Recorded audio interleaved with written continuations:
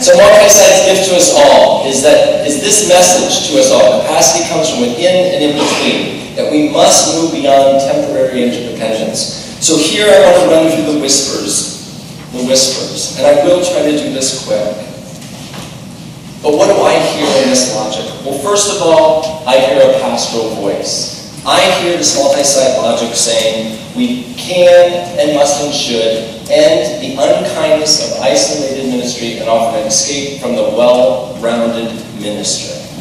So this isn't just about capacity, right? What I also hear in this, by asking us to let congregations come together, to let ministers serve in teams rather than isolation, is a recognition that our current model doesn't just use capacity wrong, but it sticks the people who serve us in unkind, and I would even argue sometimes brutal environments, where we ask our staff, whether it's RE professionals or ministry professionals, to serve all by themselves and be everything to everyone.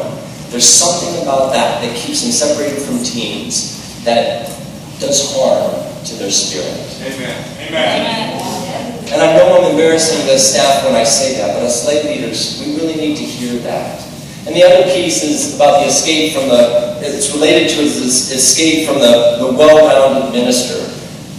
I don't have time to go into this now, but there's 17 ministerial capacities. I think it's going down now to 7, but none of us are good at all 7 or all 17. No matter what.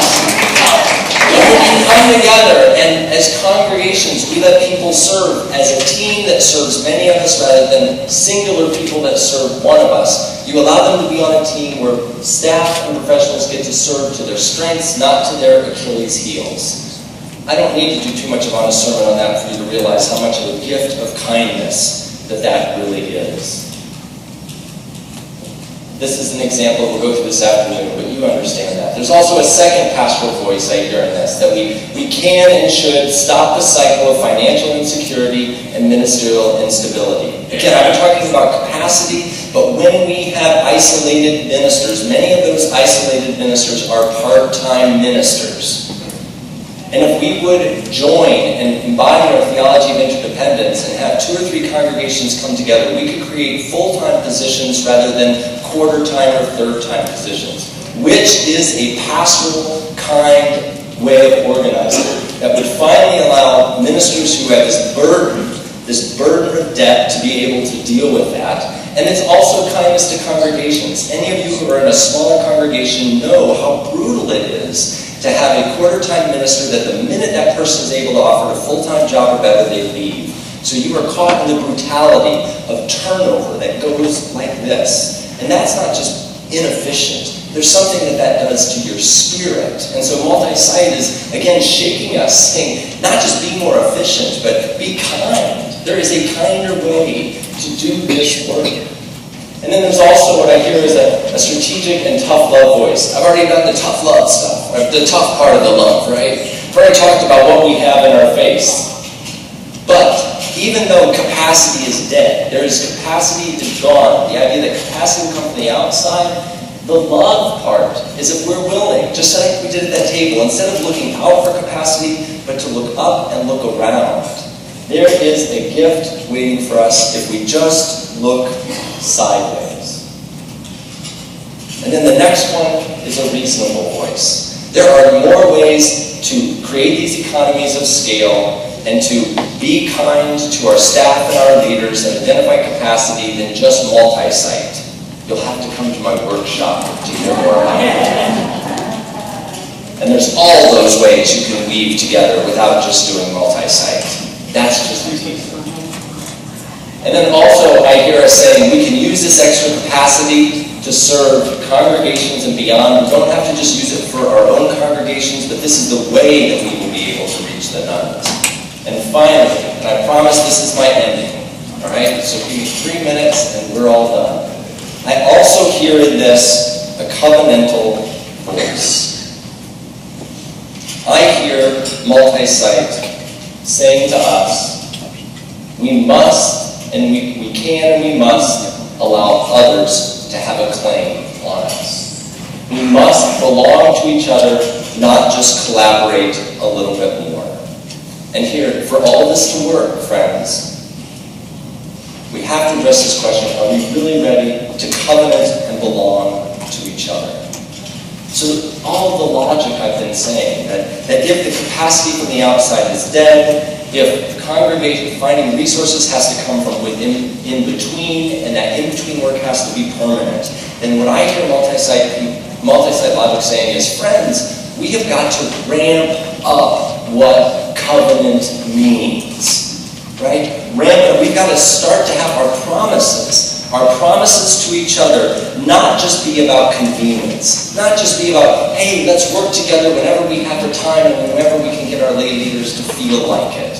Instead, we move from convenience to claims, and we have a claim on each other from optional interconnection to obligated interconnection. And this is huge, friends. Huge. And to give you an example of what it means us starting to say to each other in covenants that what is mine is not mine, but is yours.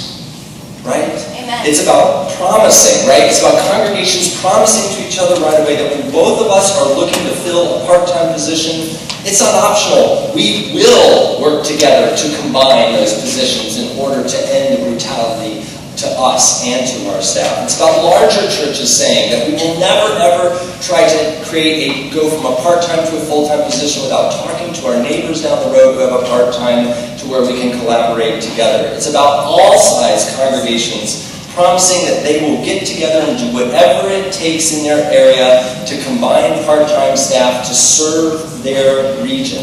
It's even, I would argue, telling us to stop and put an end to 5-year strategic plans.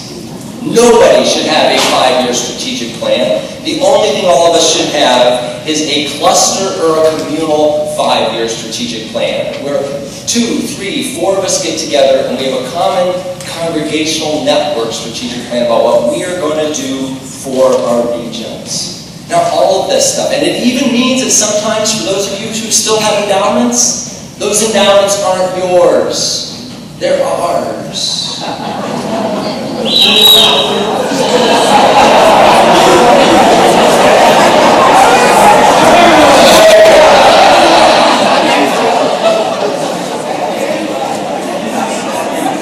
So again, all of this feels scary, right? And threatening, and intimidating, and a little bit idealistic. You know, this guy doesn't even know what politics would have to overcome to do this.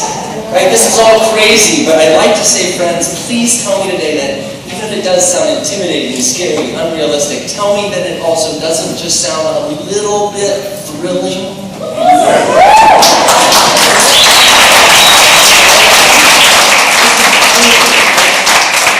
I mean, imagine if we pulled it off.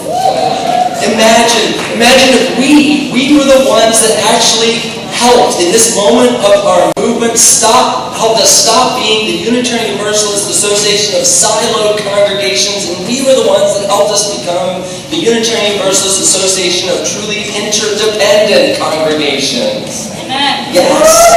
I mean, imagine if we had some small but important part in moving us from just being a people of the web to congregations of the web.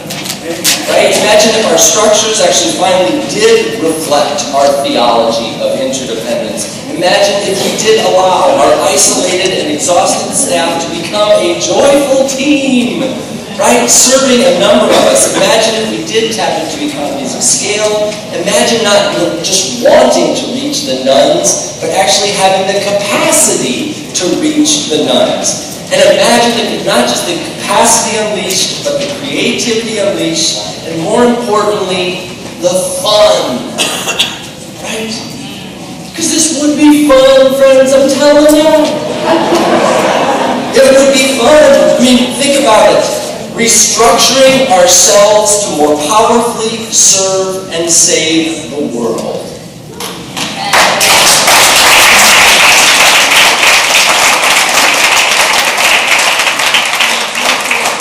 What is more fun than that?